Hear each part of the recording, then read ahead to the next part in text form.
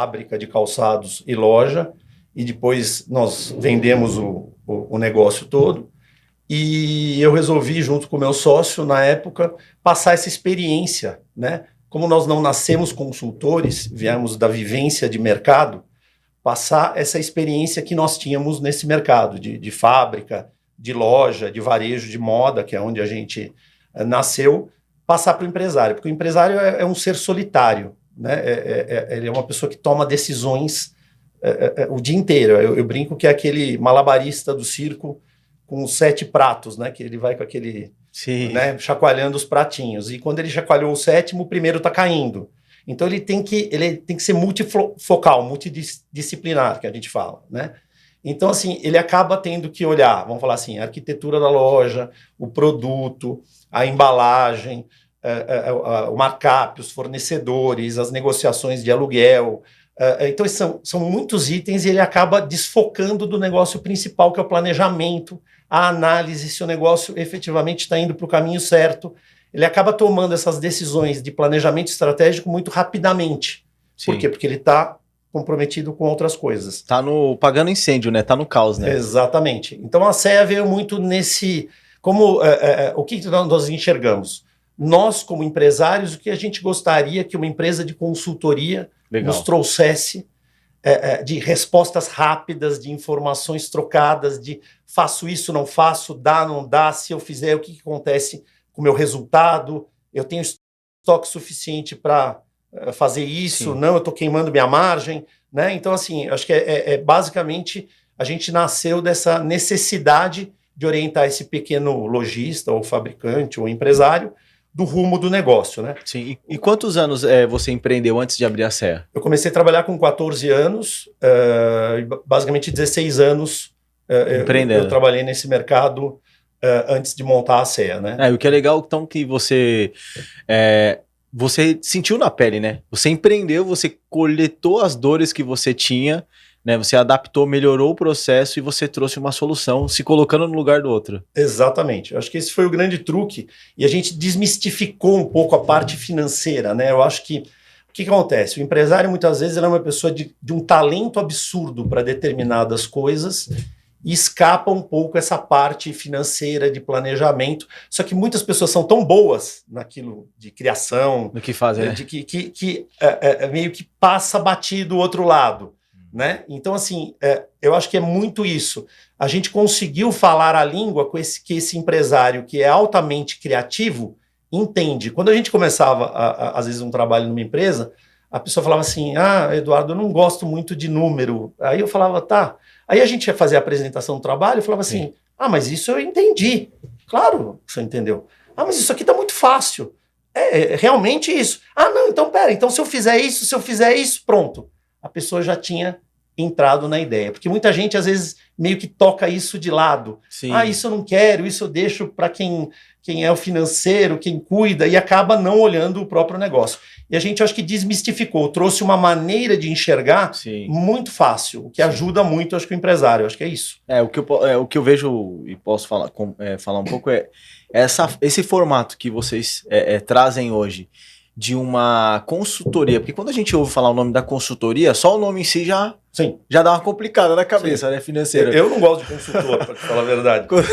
eu não me enxergo consultor, eu me enxergo empresário. Sim. Assim, para mim é totalmente diferente. Consultor parece que é aquela pessoa que nasceu para ficar... Não, a gente tem uma visão totalmente diferente, uma visão de rumo de negócio, de tomada de decisão. É bem diferente do que algo... pontual que, né, eu só estudei para fazer... Não. Existe toda uma vivência, existe toda uma técnica que a gente acabou montando em cima disso. Né? Então, assim, eu tenho uma visão de negócio, a nossa empresa tem uma visão de empresário, né, de caminhos. Então você empresaria, na verdade você faz uma parceria com os seus clientes hoje de empresariar, né? Você vai para a mesa de decisão, a diferença é que você traz base, né? Como você falou, o cara toma uma decisão muito rápido e às vezes sem planejar. E o que você traz hoje é o planejamento, é baseado em fatos, né? Em dados, indicador para ele poder tomar essa decisão. E essa forma mais descomplicada, né? Exato. O nosso trabalho, assim, ele se inicia por um diagnóstico, né? Você efetivamente enxergar a empresa, né? todas as variáveis, o que ele gasta, aluguel, luz, salários, impostos, marketing, custo de produtos, se for uma empresa varejista. E tem um indicador, Eduardo, que é adequado para cada despesa, Tem. né? Pô, eu tenho que gastar X com funcionário, Y com marketing. Tem esse indicador? Totalmente. Como a gente hoje, a gente atende mais de 300 empresas mensalmente e a gente faz em torno de 20, 25 estudos por mês de estudos de viabilidade ou ponto de equilíbrio ou resultado atual, nós fomos criando em cada segmento os gabaritos ideais de despesas por centro de custo, né? Que a gente fala, quanto eu sou uma loja, tá? Dentro do shopping center, tá? Qual é o máximo de despesas administrativas que eu posso ter? Aluguel, condomínio, fundo de promoção, luz, água, telefone.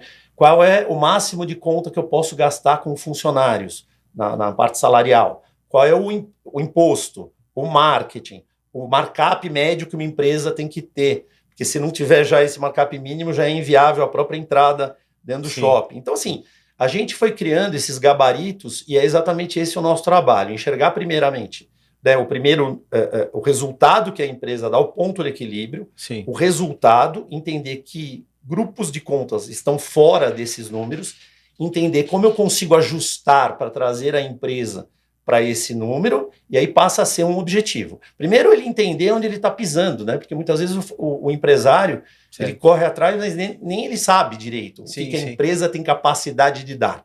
Então, a gente olha e fala, olha, tua empresa tem uma capacidade de dar tanto de resultado, só que, de repente, desse resultado, um pedaço disso você está deixando no estoque, que você está comprando além da necessidade, ou você está queimando mais mercadoria, porque no varejo de moda tem isso, as épocas de liquidação, né? Eu sou obrigado. Então, a gente foi criando, assim, número para tudo. Por exemplo, qual é o número ideal que uma empresa de varejo tem que vender antes da liquidação? Então, ela tem que conseguir vender entre 60% e 70% dos produtos antes de iniciar a liquidação. Se ela vende 50%, 55%, 58%, ela já vai ter prejuízo na coleção. Então a gente foi criando indicadores para tudo. Isso com uma base de 25 anos, né? Exatamente. Né, esse que eu acho que é o grande... Esse é o grande case aí, né? 25 anos. Quantas empresas mais ou menos já atenderam? CNPJs assim? Eu não sei nem precisar, mas, por exemplo, mais de 1.000 empresas a gente já atendeu nesse período todo. A gente tem clientes que estão com a gente desde o início, que a gente iniciou o trabalho há 25 anos atrás. Então, assim, é muito interessante porque a gente acaba tendo uma base de dados, o empresário tem com quem discutir, enxergar o que pode, porque é isso que eu falo, né? Às vezes nem ele entende, nem ele sabe o que o mercado dele pode deixar de resultado. Porque, por exemplo, se hoje eu for montar um negócio, por exemplo, vou montar um café. E aí você vai assim, na sua cabeça, você vai fazer um estudo de mercado, mas acho que ainda um estudo de mercado ele pode ser muito subjetivo, dependendo do público que você quer atingir, mas não são números muito claros, né?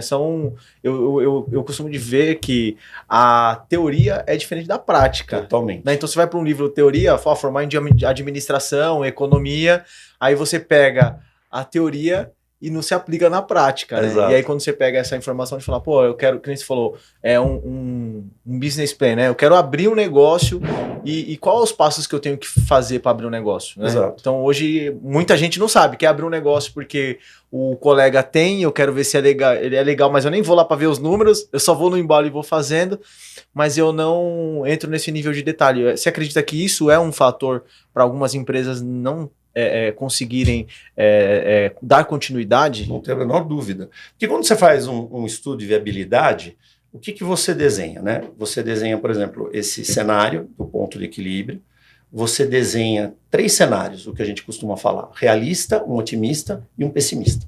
Né? Um realista, você vai demorar, vamos falar assim, 9 meses, 1 ano para atingir o break-even, esse ponto de equilíbrio. O que vai acontecer? Você vai precisar de capital de giro. Então você precisa de um dinheiro além daquele investimento. Porque o empresário, às vezes, ele abre um negócio e no dia seguinte ele tem que sair pagando conta, senão ele já não tem a conta do aluguel. Sim, concordo. E aí ele precisa enxergar, falar assim, olha, se meu negócio andar de um jeito tranquilo, realista, eu vou demorar 9 meses, 1 ano para atingir esse break-even, então quanto de capital de giro eu vou precisar? Mas eu não tenho esse capital de giro. Então nós vamos ter que desenhar a empresa, que a gente sempre faz quando faz o estudo, a gente faz o que a gente chama esse fluxo de caixa projetado e faz o fluxo descontado. tudo que eu vender naquele mês, eu antecipo o cartão de crédito, então vou ter um custo financeiro, que já está comendo um pedaço do, lucro, do resultado dele, Sim. Mas aí ele pode desenhar, e a gente desenha e entende o fluxo a prazo e o fluxo descontado. Ele enxergando dentro desses 3 cenários, de repente ele começa a olhar e falar assim, pera, minha empresa só é viável no cenário otimista. Se eu engasgar, ou se eu for realista, ou se for pessimista, eu quebro no meio do caminho. Então, quer dizer, ou seja, eu não tenho fôlego para aguentar, eu tenho uma probabilidade de não dar certo muito grande. Então, assim, ou eu tenho que nascer mais enxuto para esse meu fluxo de caixa aguentar mais tempo, né? Então, assim, quando você está desenhando isso, é mais fácil você tomar uma decisão fria. Quando você já toma essa decisão e abre, as contas estão correndo. Não espera. E aí então muito empresário abre e depois fala, nossa, mas eu não sabia que o meu ponto de equilíbrio era esse, meu número era esse, e eu morri no meio. Sim. Basicamente isso. Então, assim, quando a gente monta esse estudo antecipadamente, a gente consegue entender este período de tempo. E se ele está tomando uma decisão com probabilidade de dar certo ou a probabilidade maior é dar errado. Precisa dar tudo certo para dar certo. Sim, né? O que é muito difícil hoje em dia, né? Você tem que contar com coisas. E você, Edu, você já teve que dar essa notícia para um empresário de falar, olha, o seu negócio não é viável? Sim. Tipo, como é que foi isso? É muito difícil, né? Mas assim, quando a pessoa entende aonde ele está pisando, as decisões até ficam mais fáceis. Porque muita gente, às vezes, não entende o que aconteceu e vai postergando decisões. A pior decisão é aquela que você não toma. Sim. Essa é a pior decisão na vida de qualquer pessoa. Verdade. Eu acho assim, quando você entende e enfrenta o problema, vira o pós. Sim, né? O outro, ele tá indo achando que vai, mas de repente a conta... às vezes você faz um trabalho e mexe em todas as variáveis. Todas. Você corta administrativa, você corta salário, você ajusta, você aumenta a markup, que às vezes nem consegue pelo mercado, você corta despesa... E a empresa já entrou no que a gente chama de ponto de quebra. Ele já se endividou além da conta, ele já...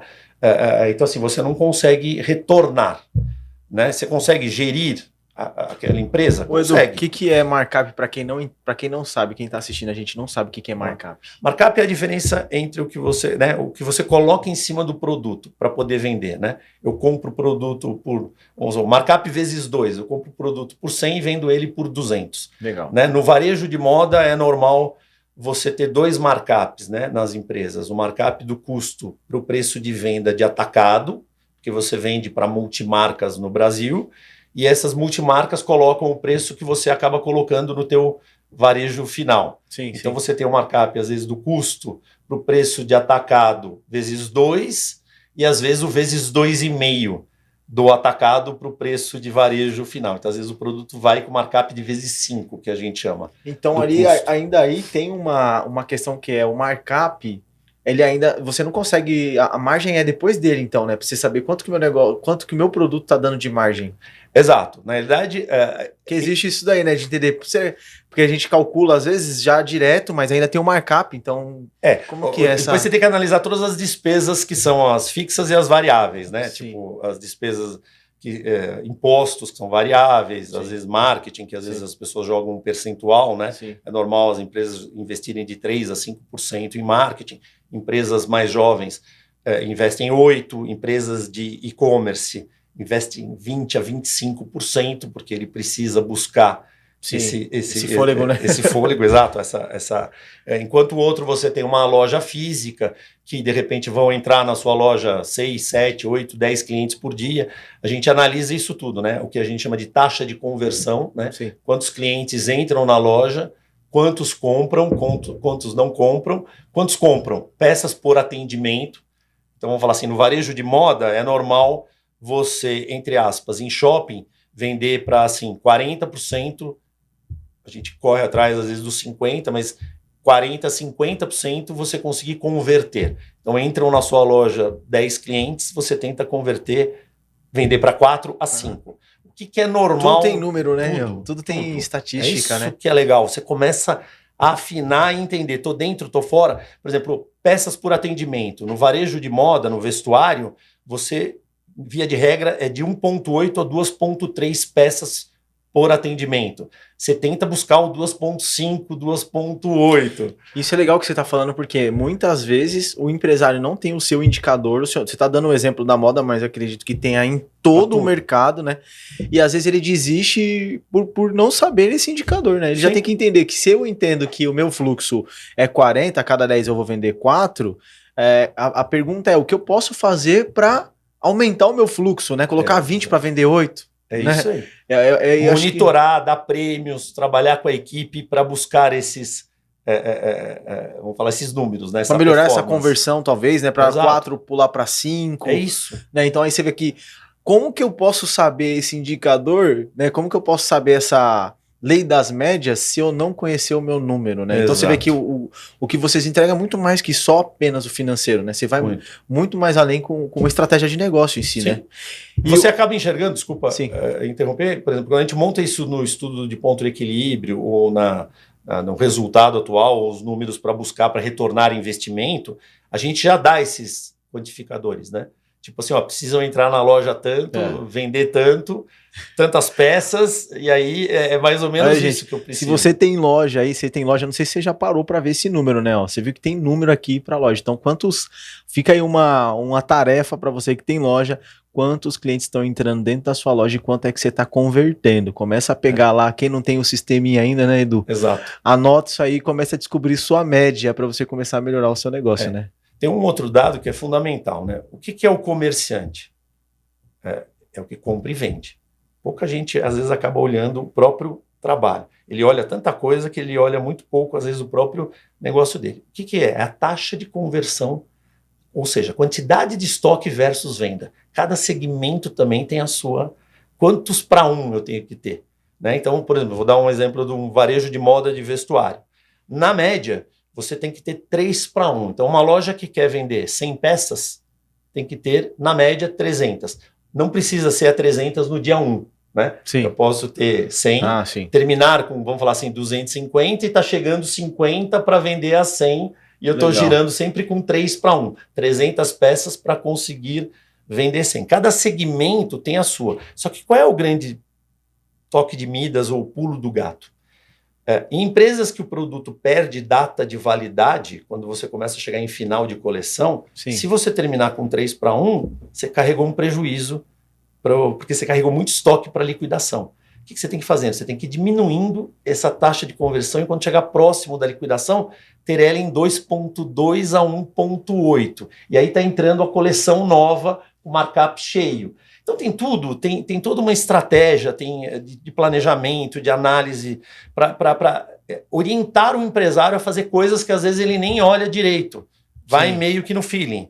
Mas eu vou comprando aqui. Não, pera, aqui precisa acabar com tanto, e aqui já precisa entrar a coleção nova, porque aqui você já está liquidando. Então tem tudo, assim, a gente realmente vai no ponto, no detalhe. E você vê, tem muita informação que eu acredito que tem muita gente que não sabe, né? Por exemplo, às vezes você não está vendendo 100 peças porque você não tem 300, né? E aí eu entendo que é a variação, é a variedade que você oferece, que você oferta, né? Que a pessoa vai querer olhar mais de uma peça, tamanho, cor, né? Então tudo isso está correlacionado. E se você não conhece... E aí, a gente está falando sobre uma consultoria financeira. No meu ponto de vista é muito mais que isso. Você pensa assim, vou falar... E aí você pensa, vou falar de consultoria financeira. Tipo, vamos lá falar de número, coisa chata. Já pensa em, vou falar de DRE, vou falar de... É muito mais que isso, né, Edu? Absurdamente muito mais que isso. Olha aqui, a gente falou de estoque, a gente falou de lei das médias, né, de todo o entendimento de como o processo, falamos de motivação, falamos de campanha para venda, né? Então, assim, esse é um marco, pontapé inicial para tomadas de outras decisões. Todas elas. O que você falou, você dar as metas em cima, poder premiar equipes, dar, né, meta 1, meta 2, super meta, uber meta, que seja, né, as metas de cima. E você precisa entender quanto que naqueles números você está ganhando para ver o que você pode distribuir. Né? Então, assim, é exatamente isso. É uma análise muito profunda, assim, a gente dá muita orientação. Às vezes o empresário até sabe isso no feeling, só que ele nunca parou para analisar efetivamente esses números. Quando ele começa a entender, vai virando mantra. Ele começa a falar, puta, eu preciso buscar esse indicador, eu preciso... E aí começa a virar o foco, que é exatamente o que a gente quer. Que o empresário, às vezes, pare de olhar só o geral e comece a buscar aquilo que a gente definiu o que a gente quer buscar, que é resultado. Que A resultado. CEA tem que entrar para entender o que aquela empresa tem capacidade de dar e fazer essa empresa dar. Né? Aquilo que a gente já estava comentando às vezes, né? Por exemplo, no segmento de alimentação. Você tem às vezes uma diferença muito grande entre o que o custo do produto no que está oferecido pelo cardápio e o que o empresário gasta na compra do fornecedor. Às vezes a diferença é o lucro inteiro que foi embora, por desvio, por porcionamento errado, por roubo. Porcionamento errado, você diz a quantidade que é colocado lá no prato. Às vezes cada prato vai de um jeito, Sim. e isso existe, inclusive, técnica. Às vezes o prato do homem vai mais comida do que o prato da mulher. A mulher deixa mais comida no prato, então você pode porcionar menor. Então, assim, existe um monte de coisas que você vai depois afinando e fazendo com que aquele resultado apareça. Porque às vezes ele fala, olha, eu deveria gastar 30% de fornecedor, mas estou gastando 40% todo mês. Então está escapando dinheiro. Um pedaço do lucro dele virou pó. E aí ele fala, pô, estou faturando para pagar minhas contas, mas não estou conseguindo pagar minhas contas. Basicamente, aí você começa a apertar. Aí você vai falar. E aí é o que você falou lá no começo, não é muito mais que não é um consultor, é um empresário parceiro, é um empresário do lado ali, lateral, que ajuda, né? Olha só, esse nível de consultoria, de entrar nesse nível de detalhe, né? Porque é o que você falou, sei lá, a sua porção é 100, a grama é 80 gramas de carne, 100 gramas de carne e tá servindo 150, 200. Ah, porra, mas tu é mesquinho, não sei. Cara, mas no final, vezes, sei lá, comeu 50 o resultado inteiro, de repente. E às vezes você não quer olhar para isso, né? Então, exato. assim... Você não vê. Muitas vezes você não vê, isso que eu falei, você tá tão... Como a gente é muito focado, a gente vai em busca dos números, analisa e vê o que eu... Se eu mexer naquilo, o que acontece, o empresário às vezes olha e fala, não é possível. Ou, ninguém nunca me falou isso. É o que a gente mais escuta. Eu não sabia que era isso, eu não tinha ideia. E é o detalhe, né, pelo que eu percebo aqui, não é o grandioso, é a vírgula. Sim. Vocês acham um detalhe lá de 5%, 3% que vai começar a mudar a história da empresa, né? Sim. O cara começa... Porque a gente vê muito empresário que tá trabalhando, ama o negócio que faz, mas não tá sobrando dinheiro no bolso. O cara não tá ganhando dinheiro. Sim. Né? Mas o cara tá lá porque não quer desistir, é um sonho, é uma realização, mas ele também não tá ganhando grana, né?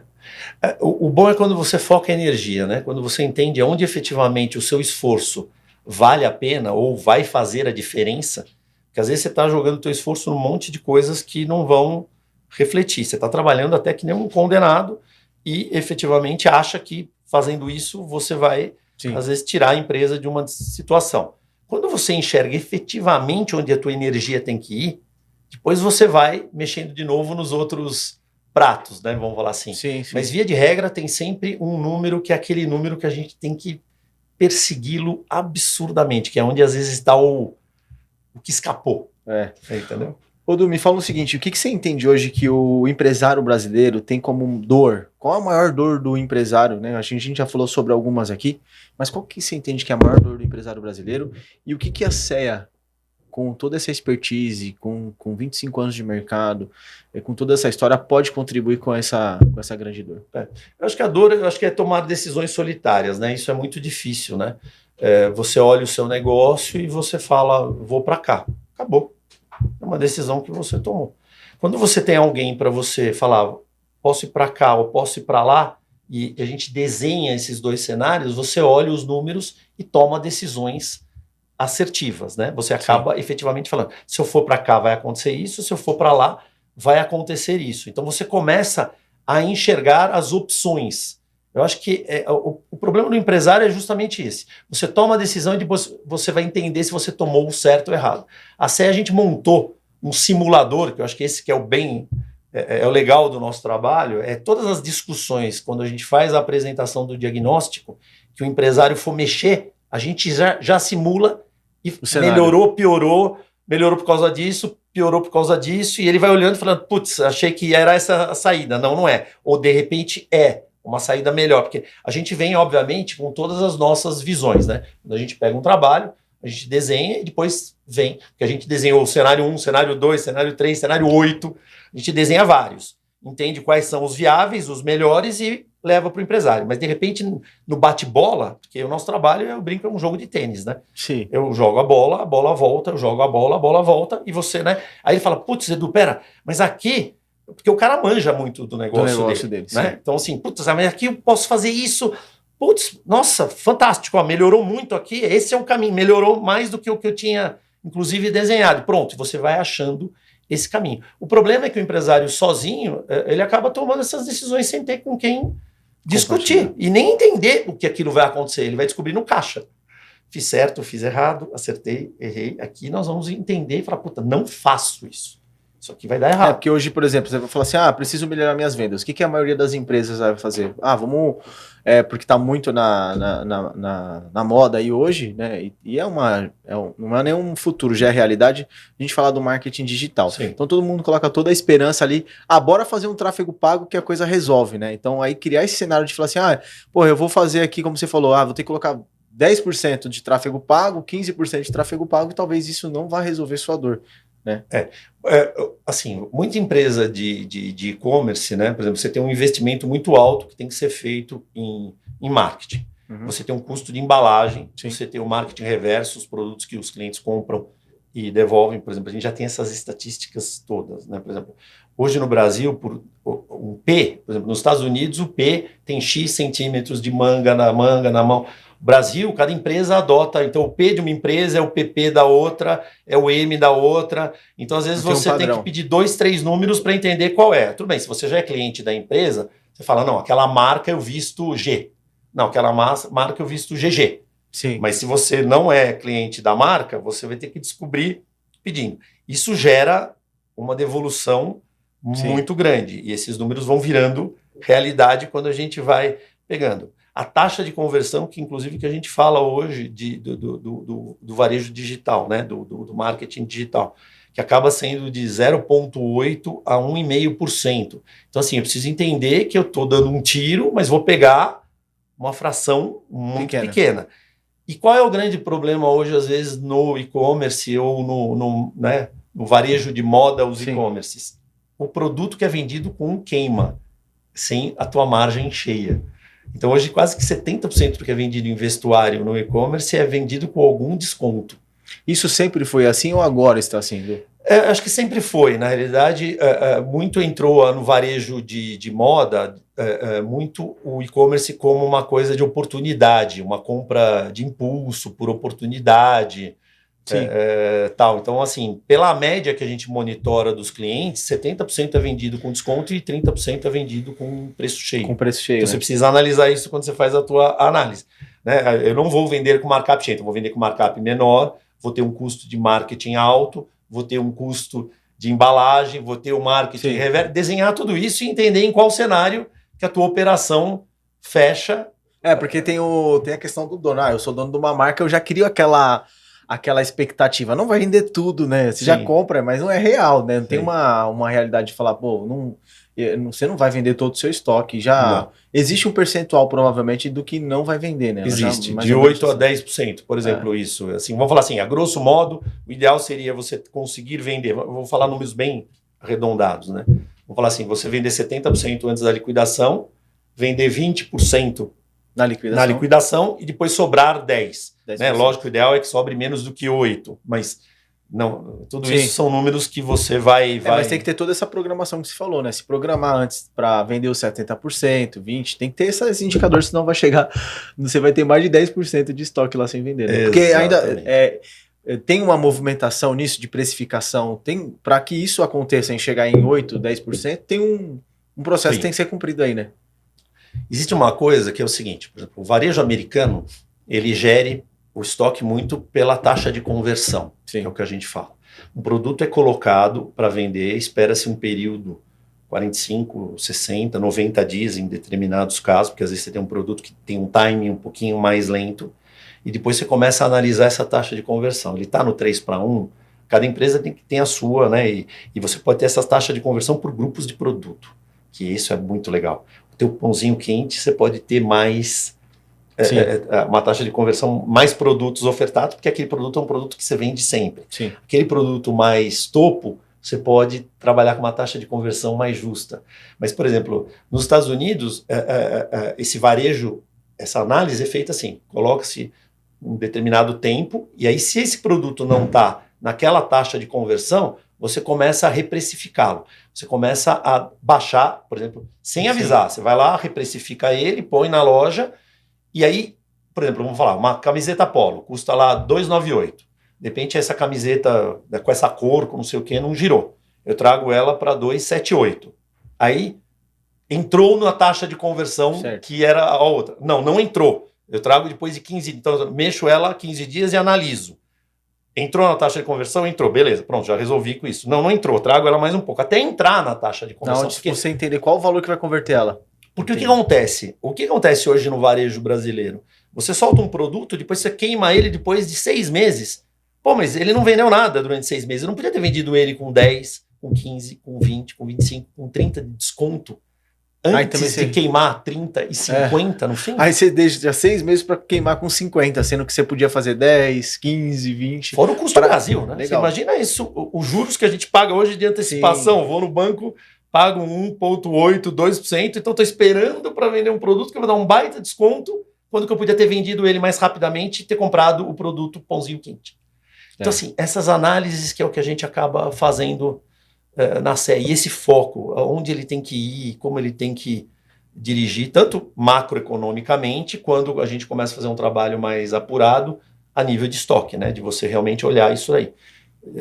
Fazer o ABC do estoque, né? Sim. Faixas de preço, onde é o teu pãozinho quente. Aí você vê que não é só abrir uma loja, né, Eduardo? Não é só vender roupa não, né, Edu? Não. É muito mais que isso, é gerir o negócio com todo, é conhecer os números, indicador. Você falou coisa aqui, e eu não sou do segmento, mas assim, eu acredito que tem muita gente que não sabe esse tipo de estratégia para usar essa estratégia de identificar onde o seu produto vai ter o preço melhor, onde vai ser consumível, porque às vezes aquele valor, o produto até pode ser bom, mas as pessoas não estão dispostas a pagar aquele valor por aquele produto. É bom, mas não bom o suficiente para entrar nessa grade de valor, né?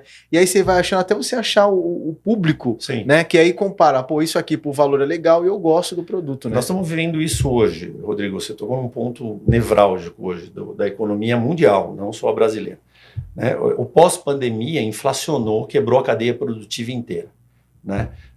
Fábricas que pararam, se descontinuaram, a matéria-prima subiu, você vê, a inflação está no mundo em euro e em dólar. Né? A gente vê a inflação comendo solta aqui no Brasil. Né? O que aconteceu? Isso é uma coisa assim, você empresário tem que tomar muito cuidado com o momento que nós estamos vivendo hoje. Né? O que está acontecendo? Você começa a repassar para o consumidor exatamente esse aumento que você teve. Então, vamos falar uma besteira. Você comprava um produto por 100 e vendia ele por 500. Hoje, esse produto, depois de 3 anos de inflação, ele custa 150. Certo. E você vai tentar vendê-lo por 750. Às vezes, a sua marca não tem, porque o bolso do consumidor não cresceu esses 50%, pelo contrário. Sim. Né? E aí, o que acontece? Às vezes, o consumidor não tem mais bolso para comprar o seu produto a 750. Então, você vai precificando ele e o consumidor vai na loja e começa a comprar o produto de 600, de 620, de 580, e você achando que ele aceitou. O que acontece? Eu preciso entender o contrário. As marcas A, o que a gente vem detectando pela nossa experiência e trabalho, né? Com as marcas A, elas subiram o preço, tipo 40%, 50%, a quantidade de peças caiu 15% ou 20%, só que ele está conseguindo, entre aspas, um pedaço do consumidor dele aceita aquele aumento. Então ele consegue atingir as metas de faturamento vendendo menos, por quê? Porque o faturamento, o preço médio por peça subiu. Aí ele começou a tirar a diferença, né? Exato, só que o custo fixo, ele tem uma inflação interna. O aluguel dele subiu, o salário subiu. Então, assim, aí você precisa entender se com aquela venda de peças menor, com a margem antiga, você consegue ainda pagar as suas contas aqui. Agora, o que nós estamos vivendo? As marcas B, C e D não estão conseguindo repassar este aumento. Aí ele tem que reanalisar a pirâmide da empresa dele. De repente, ele tem que ter menos produto para cima, para o A, menos para o B, e de repente vai ter que ter uma base maior. O que ele tem que fazer, na realidade? A lição ao contrário, ele tem que entender qual o preço que o consumidor dele aceita pagar na marca dele, entender qual é o markup que a empresa dele tem que ter para pagar as contas e comprar no preço que a conta dele feche. E fazer uma negociação antes, né? Para Exato, comprar. exato. É verdade, faz sentido o que você falou. Então, E essas marcas maiores vão ter uma condição, porque como você falou, alguns vão aceitar. sim. Mas essas outras marcas, e tem essa questão dele ficar batendo. Eu também não vou abrir mão. Não vou abrir mão mais de não colocar, porque assim, na cabeça, pô, tudo aumentou. Meu aluguel aumentou, minhas despesas aumentaram. Logo, na cabeça do empresário, o que ele vai fazer? Eu também preciso aumentar. Sim. Só que essa talvez não seja a melhor estratégia. Tem um limite para cada empresa e você percebe esse limite, fica muito claro. Você olha estoque sugerido versus, vamos lá, preço de venda sugerido versus preço de venda aferido. Você entende como você se preparou para vender e como que o consumidor entendeu a sua empresa. O trabalho do empresário, quando ele define um produto, a partir daí virou número. Aí eu escolhi e falei, nossa, essa xícara é bonita. Pus na minha loja para vender. A partir daí ela virou um número. Está vendendo, não está vendendo na taxa de conversão que a gente queria, não está. Aí começa as análises e você tomar decisões. Esse é o grande X da questão. E você vê algumas lojas, né? Você vai andando por São Paulo aí, e você vai em algumas lojas que você vê produto que pela cara tá um tempo lá, né? Sim. Você vê alguns produtos e fala, pô, pela cara esse aqui tá... Errou às vezes naquilo, no que a gente fala, no volume da oferta. E também não tomou decisão rapidamente, porque também as coisas passam muito rápido, Sim. né? Talvez perdeu o time, aquela coisa já não é mais inovadora e ficou para trás. Aí agora você pode colocar R$1 que o cara não leva mais. Sim. Não tem mais Você tocou no ponto. O varejo de moda ele tem um time, né? Exatamente aquilo. É aquele produto, é o leite que tem a data de validade. Passou daquela data de validade, é só cair. Quanto vai cair? Quanto que eu vou vender a menos? A gente não... 30% de desconto, 50% de desconto, depois vai para o outlet com 60%, com 70%, depois vai para os bazares da vida, né? Leve tudo. Né? Então, assim, é essa análise que você tem que fazer, mas isso tudo tem uma técnica. Esse que é o grande... tudo isso tem um timing que você tem que desenhar, e o empresário, quando começa a ver isso, muda. É como se abre a luz. Acho que esse é um trabalho que eu amo o que eu faço, para te falar a verdade. Assim, eu quero morrer fazendo o que eu faço, porque assim, a gente se sente como médico, tanto das empresas como das pessoas, né? Porque muita empresa pequena, o empresário vive do negócio. Às vezes ele está mais envolvido no negócio do que na própria vida dele pessoal. E às vezes o negócio dá o rumo da vida dele pessoal. Né? Acho que esse é o grande...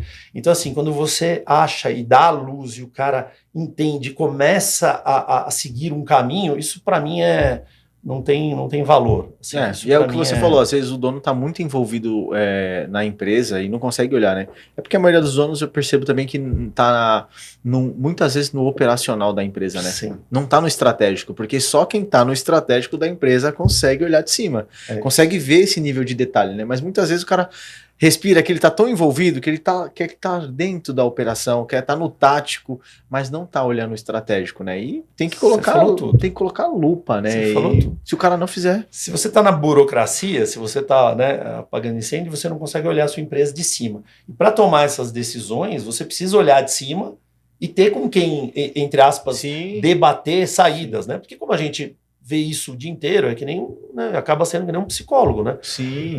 Você tem um problema, me separei, aconteceu tal coisa, você vai lá, ele fala aquilo com uma tranquilidade, por quê? Porque é o tempo todo com ele acontecendo, e aquilo cria um modus operandi de via de regra vai ser de uma maneira.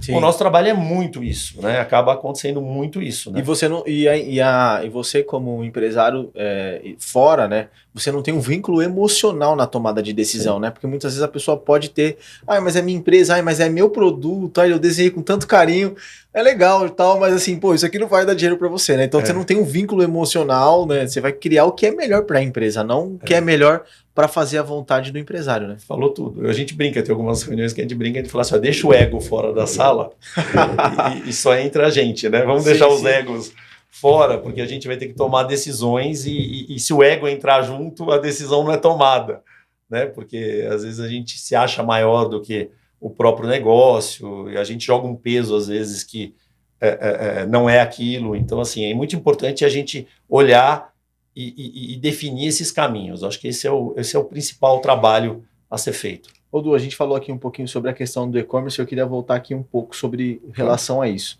Né? Como que você avalia esse cenário agora do e-commerce após pandemia, né? Nós tivemos um boom na pandemia, então eu acredito que o Brasil antecipou 5, 10 anos talvez do que iria viver em várias áreas, né?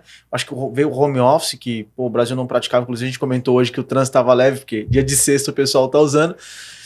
Mas aí teve um boom no e-commerce, muita gente entrou no e-commerce e eu tenho escutado, né, de algumas pessoas que o comportamento do e-commerce já não é mais como há alguns anos atrás, né? E eu queria ouvir um pouquinho de você, como que você avalia esse cenário atual agora, né, com esse pós-pandemia?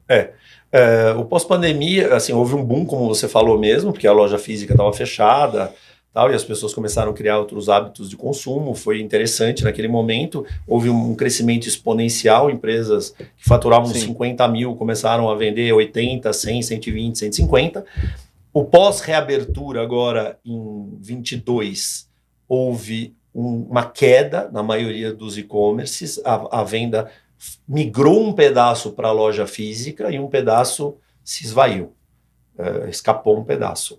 Quase todos os e-commerces tiveram um refluxo, vamos falar assim, reduziu a venda. O grande problema que eu vejo é o custo da captação hoje, né? Acho que foram mudados os algoritmos de Instagram, tal. Então, por exemplo, aquelas influenciadoras, aquele todo o trabalho que vinha sendo feito em cima de muitas marcas, não está se entregando aquilo tudo que entregava no passado. Então, o custo subiu, que eu detectei o ano passado. As empresas gastaram mais e faturaram menos. Com menos margem. Tiveram que queimar mais, porque estavam projetadas para vender mais no e-commerce. Não aconteceu, sobrou mais mercadoria. E o comportamento, eles estão voltando para a loja? Você percebe uma diferença na loja? Teve de novo um crescimento de loja física né? De novo. Houve muita gente freou, entendia, começou, né?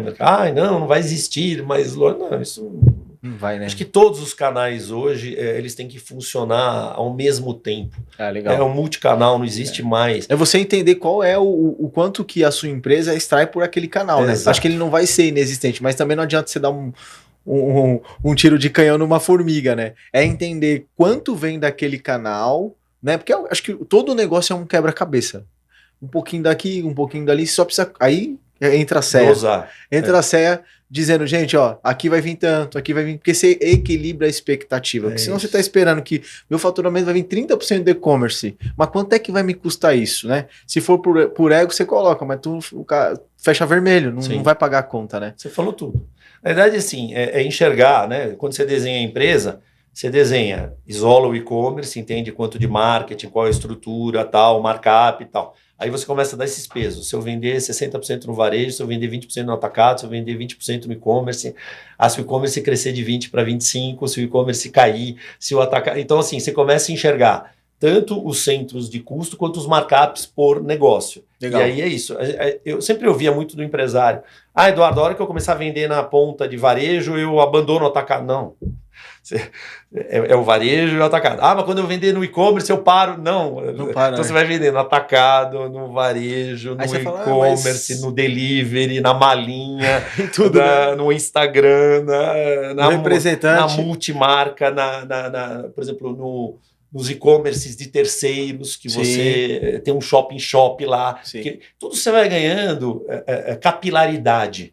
Então, às vezes, um negócio em si, ele não te traz o resultado só nele. Mas quando você olha ele abrangente, ele começa a junção do todo, né? Te ajuda a gerar estoque, enfim.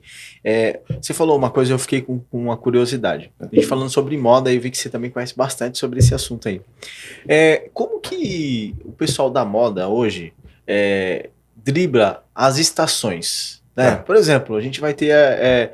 primeiro semestre, eu faço uma produção, eu tenho que queimar. Como é que eu me preparo para o verão, para o inverno? Como é que eu faço isso para não sofrer essa baixa? Como que tem essa estratégia? Você tocou num ponto interessante. Por exemplo, o calendário de moda brasileiro ele foi ajustado para o calendário de moda internacional. Isso, para um país tropical como o nosso, ele dificulta muito. Né? Porque vamos falar um pouco do que era o calendário de moda do passado. Né? Você tinha um verão que era lançado vamos falar assim, pós-Dia dos Pais. Então você tinha lá segunda quinzena de agosto, né? Então você soltava o verão na segunda quinzena de agosto, ia até o final do ano. Em janeiro, fevereiro, você tinha o alto verão, porque nós somos um país tropical, Sim. vai para a praia, vai não sei o que e tal, né? Então, e depois você ia liquidar o inverno, o que a gente chamava de liquidar o verão pós-carnaval, né? E aí você lançava em abril, maio. Hoje tudo isso se antecipou, né? O que a gente tem hoje? Terminou o Natal, começam as liquidações, e terminou o Dia dos Namorados, começam as liquidações. Então, ou seja, antes o que era segunda quinzena de agosto, Sim. virou praticamente segunda quinzena de junho. Ou seja, você precisa montar todo o seu planejamento estratégico para receber mais cedo ou fazer a intersecção das coleções. Eu acho que esse é o grande X da questão. Você começa já, no final de dezembro, já começa a colocar um preview de inverno. Sim. Que é um produto que só vai ser liquidado em junho. Porque se você receber hoje um produto, vamos falar sinceramente, dia 1º de dezembro e começar a liquidar dia 26 de dezembro, você teve o quê? 20 dias para vender esse produto? Sim. Depois ele foi para liquidação. Então, ou seja, você não vai dar o tempo. se você vai liquidar dia 26 de dezembro, você tem que ter recebido os produtos até novembro. Até, tipo, primeira quinzena de novembro. Você tem que ter no mínimo 45 a 60 dias. Então, tudo isso é uma análise para definir o timing das coleções, o tempo de chegada, que produto você precisa comprar para aquele período, e aí definir o seu calendário para você ganhar dinheiro neste calendário de moda brasileiro. Porque imagina, você começa a liquidar o inverno em pleno inverno. É verdade. Não faz Junho sentido. Tá frio e você tá lá liquidando. Pelo amor de Deus. Você destrói isso. Então, só que você precisa estar com a empresa planejada para isso estar acontecendo. Isso precisa ser analisado. Se isso for simplesmente no feeling... E aí a gente volta a falar aquele assunto, planejamento, né? Sim. Planejamento vai fazer diferença aí em todas as esferas, na compra, na recompra. Para o negócio crescer em si, precisa planejar, né? Exato. Precisa saber qual é o momento de tomada de decisão mais correto. Você falou, uma decisão tomada tardiamente, atrasada, te impede, você vai ter menos tempo, você vai botar mais pressão. E o que eu vejo é o seguinte, ó, eu vejo que o grande empresário, ele tem um perfil executor. Sim. É o cara que vai fazer. Só que ele precisa ter um planejador do lado dele. Ele não precisa ser o planejador, mas precisa ter alguém, ele precisa ter uma noção base, ele precisa noção, eu digo, de entender a importância disso e ter reuniões que levem esse conceito para o time, para a equipe. E ele tem que ser esse carro-chefe mesmo, esse cara que vai botando o time para frente, que vai botando energia, bora fazer acontecer. Só que precisa de alguém que vá conseguir, né? Como a Ceia lá hoje ajuda, porque o cara tem quantos você tem que ir lá e o cara, você tem que, não, calma, legal, mas vamos botar aqui, aí você volta o cara pro foco, porque, não, Edu, porque não sei o que, eu imagino você falando aí o cara, a milhão, e você tem que vir e falar, não, calma, olha, vamos olhar aqui, olha o foco, mas eu também vejo que você traz toda essa energia e essa visão de empreendedor focado para uma ação. Sim. Não para deixar solto, né? Sim. Então você não corta também, que você vê que tem muito consultor, e a gente vê que tem muito consultor que eu percebi aqui que não ou muita consultoria, que é voltada para custo. Todo mundo quando fala de consultoria já fica com medo. Sim. Se você vai numa empresa visitar hoje, eu já tive cliente que fala assim, ó, tem como você vir depois das 18? Porque o cara já acha que o funcionário vai ficar assustado, porque acha que vai demitir. Sim. A gente tem uma correlação de que a consultoria é corte de custo, sim, né? Quando na verdade não é isso, né, Eduardo? Pelo que eu tô muito longe, né? Na verdade é você enxergar seu negócio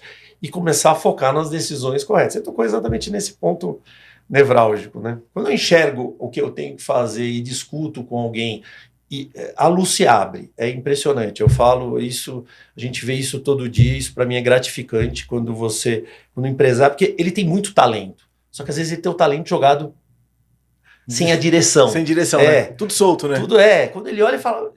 Juro, eu já ouvi muito... a gente tem... Dá para escrever um livro das coisas que a gente já passou, mas assim... Nossa, Eduardo, mas é isso! Aí o pessoal vai e desempenha. Aí a pessoa fala assim, nossa... Eu falei, não, mas eu fiz o óbvio, sabe assim? Mas para a pessoa foi efetivamente o caminho que ela precisava enxergar. Não, se eu vender isso, Aí eu começo a ter, pronto, ela começa a buscar, vira um mantra, né? Quando você começa a perseguir algo, uma coisa para ela acontecer, ela precisa estar dentro da sua Cabeça, né? cabeça e você entender que aquilo é viável. Quando você começa a entender isso, assim, se resolve muito, porque você já fala, é lá que eu quero chegar. E você se enxerga daquele jeito, Sim. e aí você vai estar lá, Sim. entendeu? Ou não, que coisas que você efetivamente precisa cortar para estar lá. Mas Né? uma empresa não tem como crescer se não tiver uma liderança forte e que tenha essa análise estratégica do seu negócio. Não Sim. tem como falar. É que a gente vê assim, mas número é chato e tal. Eu acho que o que é chato é o que a gente não entende. E Falou existe, tudo. né?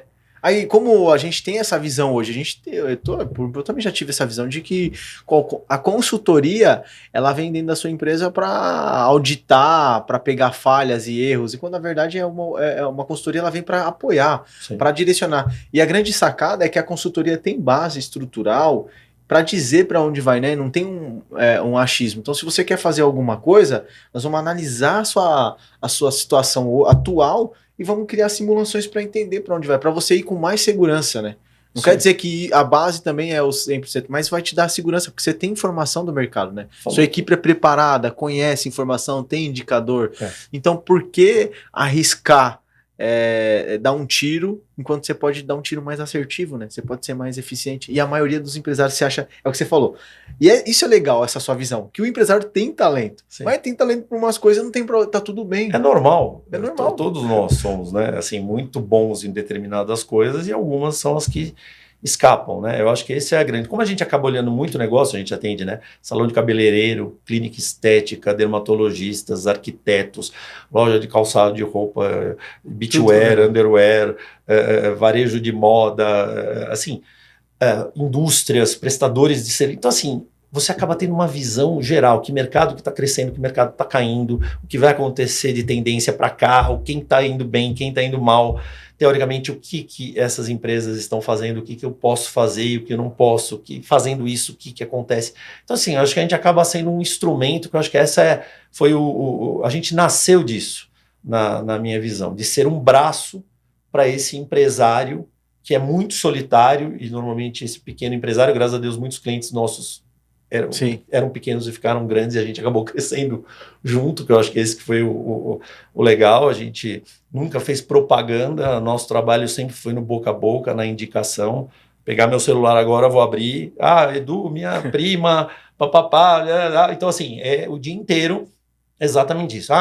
Quer montar um negócio, quer comprar, quer avaliar, quer ver se é franqueável, então assim, a gente tem demanda todo dia de cliente novo para algum negócio. Muitos desses clientes acabam virando clientes que a gente faz esse acompanhamento mensal, né? Existe o que a gente chama de diagnóstico ou estudo de viabilidade, se é algum negócio que está na minha cabeça. Sim. Né? E como a gente mexe com muitos negócios, é muito legal porque você monta esse Frankenstein, né?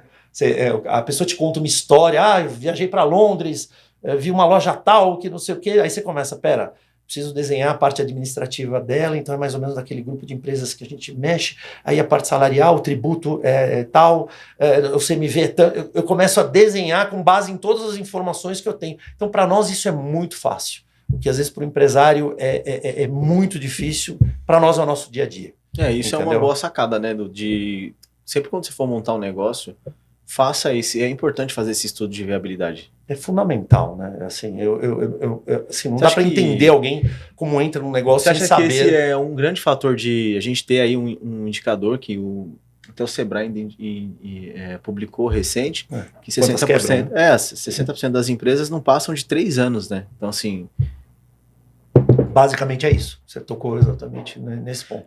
Se você tivesse analisado antes, entendido esse tempo de maturação, capital de giro, se eu começo a antecipar. Se você olha tudo frio, você toma decisões diferentes. Sim. Quando você abriu, aquilo toma conta. E aí quando você olha também, os outros 40% que passa do terceiro, não é às vezes que ele é bom nisso, é porque o negócio que ele colocou... Ele é tão bom no que ele tá fazendo que o negócio tá vindo bem, tá cobrindo ainda, né? Mas lá na frente, que aí você tem outra estatística que é de 5 anos, que aí uma parte disso não passa.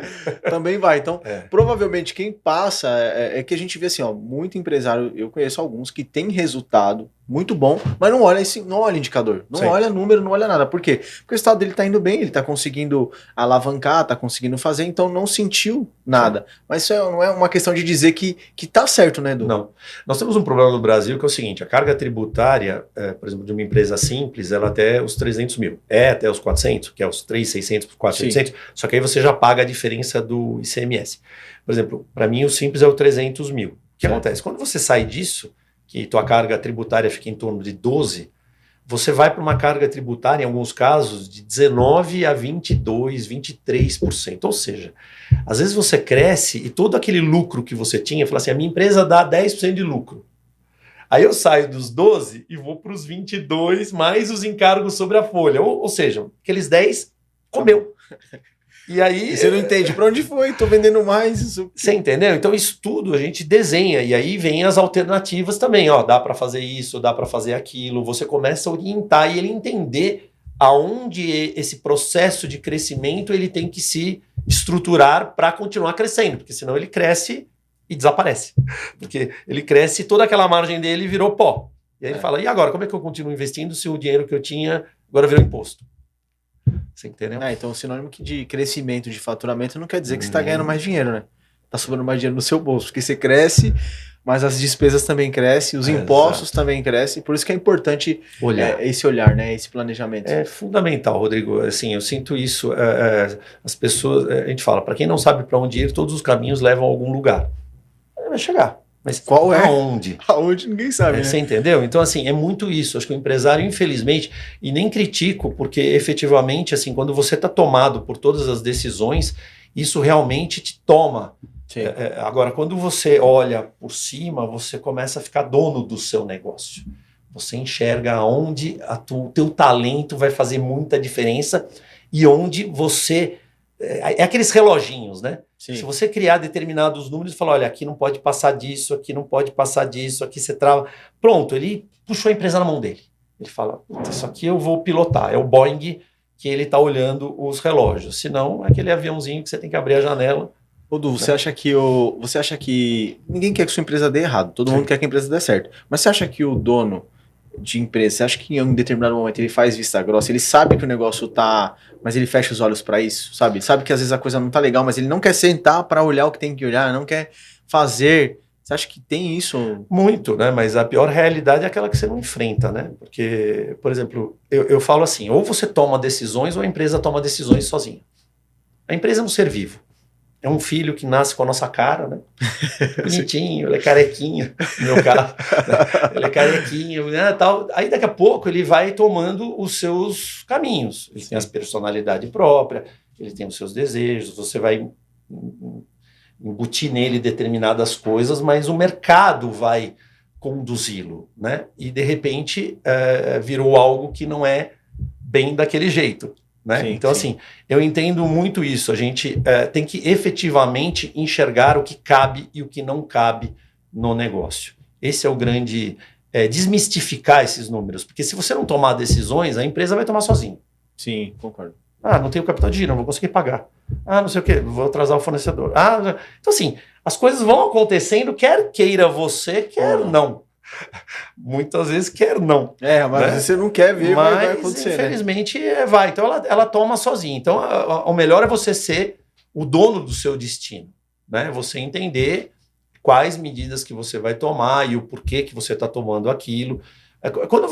Quando a gente apresenta os números e põe nessas discussões, isso fica muito claro para o empresário, que caminho ir ou não ir. Sim. Então, assim, isso ajuda muito nessa tomada de decisão. Acho que esse é o grande... Acho que a CEA, o sucesso da CEA nesses anos todos, que eu entendo, é basicamente isso. É ter desmontado aquela coisa daquela consultoria e virou uma coisa muito fácil e um instrumento de tomada de decisão. Eu acho que esse é o grande truque. Legal. Né?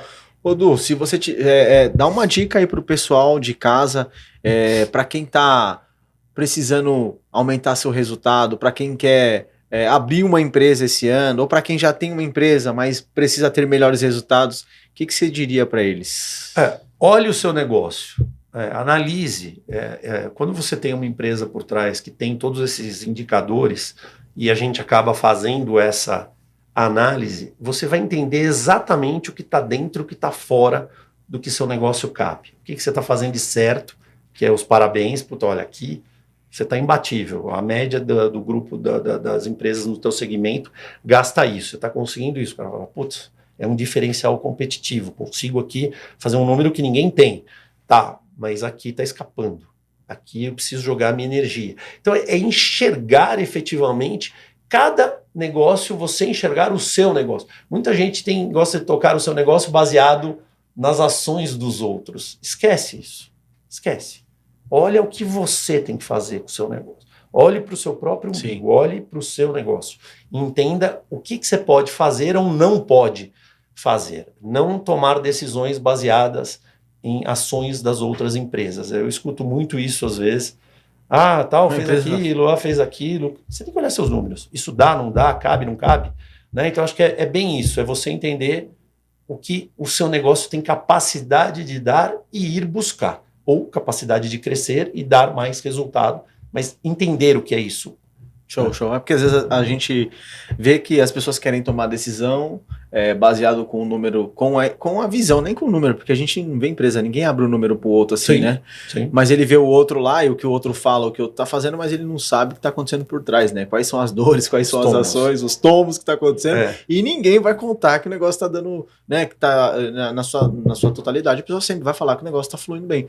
E mesmo que esteja ou que não esteja, a pessoa não entende o que tá acontecendo por trás, então não dá para tomar como base. É o que você falou, acho que foi muito bem dito, olhar pro seu umbigo, olhar pro seu negócio, entender o que você pode fazer hoje para que o seu negócio dê certo. Você falou uma coisa que eu achei bem legal também, que é o foco. Eu li um livro esse ano que se chama A Única Coisa. Cara, assim, ele fala exatamente o que você falou. Gastar energia em um... Qual que é a única coisa hoje que você, empresário, precisa fazer para o seu negócio ter resultado? Você tem um monte de coisa para fazer, mas qual é a única que no dia de hoje você pode focar, colocar energia e que pode transformar o seu negócio em algo rentável ou que possa dar esperança e condição para que amanhã o negócio fique melhor, né? Exatamente. Quando você enxerga isso mais abertamente, você define aquilo. E aí, perseguindo depois aquilo, quando você põe aquilo de novo no indicador correto, você começa a ser o polvo, né? Você começa a estender teus tentáculos para pegar as outras coisas também. Mas, via de regra, quando você enxerga o seu negócio, você foca naquilo, e eu acho que esse é o grande truque nosso, né? É dar aonde tem que ser mexido. É isso aí. Gente, eu quero agradecer, Eduardo, pela sua presença aqui, pelo bate-papo, foi incrível, eu aprendi um monte de coisa aqui, aula, acredito que você em casa também aprendeu um monte de coisa. Nós vamos voltar aqui outros dias, outras semanas, trazendo mais conteúdo, mais informação para esse mercado. Você viu que não é só não é uma consultoria, tem muitas coisas que tem que ser olhado para quem quer empreender, e o planejamento é importante, então tá na hora, né, de deixar de ser amador, né? Tem que olhar o negócio no detalhe mesmo, não dá para agir só com o coração, né? De meu negócio é bom, mas precisa botar as contas aí e ver se fecha. E você pode deixar aqui perguntas, você pode enviar perguntas para a gente, né, para os próximos encontros, para a gente trazer mais informação, para a gente poder trazer mais conteúdos para poder agregar. Então, manda aqui para a gente, você pode escrever aqui no nosso canal e a gente vai compartilhando com você. Edu, obrigado novamente, espero que a gente volte aqui outros dias para trazer mais informação para o empreendedor. Esse canal aqui é extremamente de transbordo, né? O que você falou aqui hoje, eu tenho certeza que muita gente não sabia, eu praticamente não sabia muita coisa aqui, tenho certeza que você vai contribuir com um monte de pessoas aí que tá nos assistindo agora. Eu que agradeço a oportunidade de poder falar, porque isso é importante, a gente ir passando o máximo de coisa que a gente puder para as pessoas. Obrigado, Rodrigo. Agradeço. Obrigado, Edu. Fica com Deus. Até a próxima. Obrigado, eu agradeço.